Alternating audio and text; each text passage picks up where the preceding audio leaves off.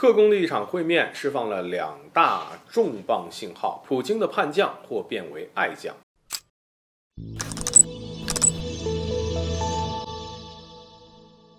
各位好，欢迎来到赵特产观察室。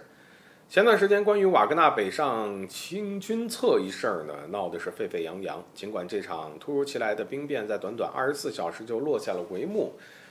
但是至少从表面上看来呢，这件事儿啊，其实对普京带来了不小的挑战和压力。普京很是愤怒，尤其是在瓦格纳击落俄军战机之后，而普京呢，更是公开表示瓦格纳是在叛国，要坚决进行镇压。要不是白俄总统卢卡申科站出来进行斡旋，事情继续演变下去，搞不好就是一场会动摇国家根基的内战。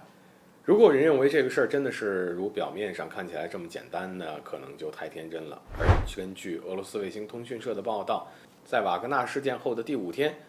克宫举行了一场特别的会面。大致情况是，普京邀请了包括普里格任在内的35名瓦格纳高层以及指挥官参加了这次会面，时间呢长达3个小时，所以想必聊的也是非常的深入。普京的态度很耐心不但认真地听取了瓦格纳的解释，还给出了自己的评价，并且向他们提供了将来的就业方案。而瓦格纳指挥官们也是强调呢，自己依旧对普京忠心耿耿，还愿意继续为俄罗斯而战。这个消息可以说很重磅至少释放出了2重信号。第一个，普京始终掌握着局势，哪怕普里格人再闹腾再欢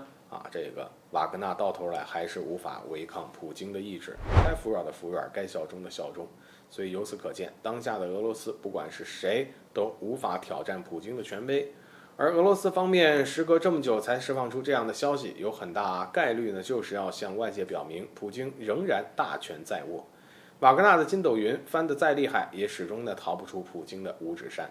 而第二个就是普京的心思外界未必猜得透。综合之前的各种消息，这次兵变之后呢，剧情的走向应该是普京大赦瓦格纳集团，而普里格任被流放到白俄，剩下的士兵们要么并入俄军，要么跟着普里格任去白俄罗斯重立山头。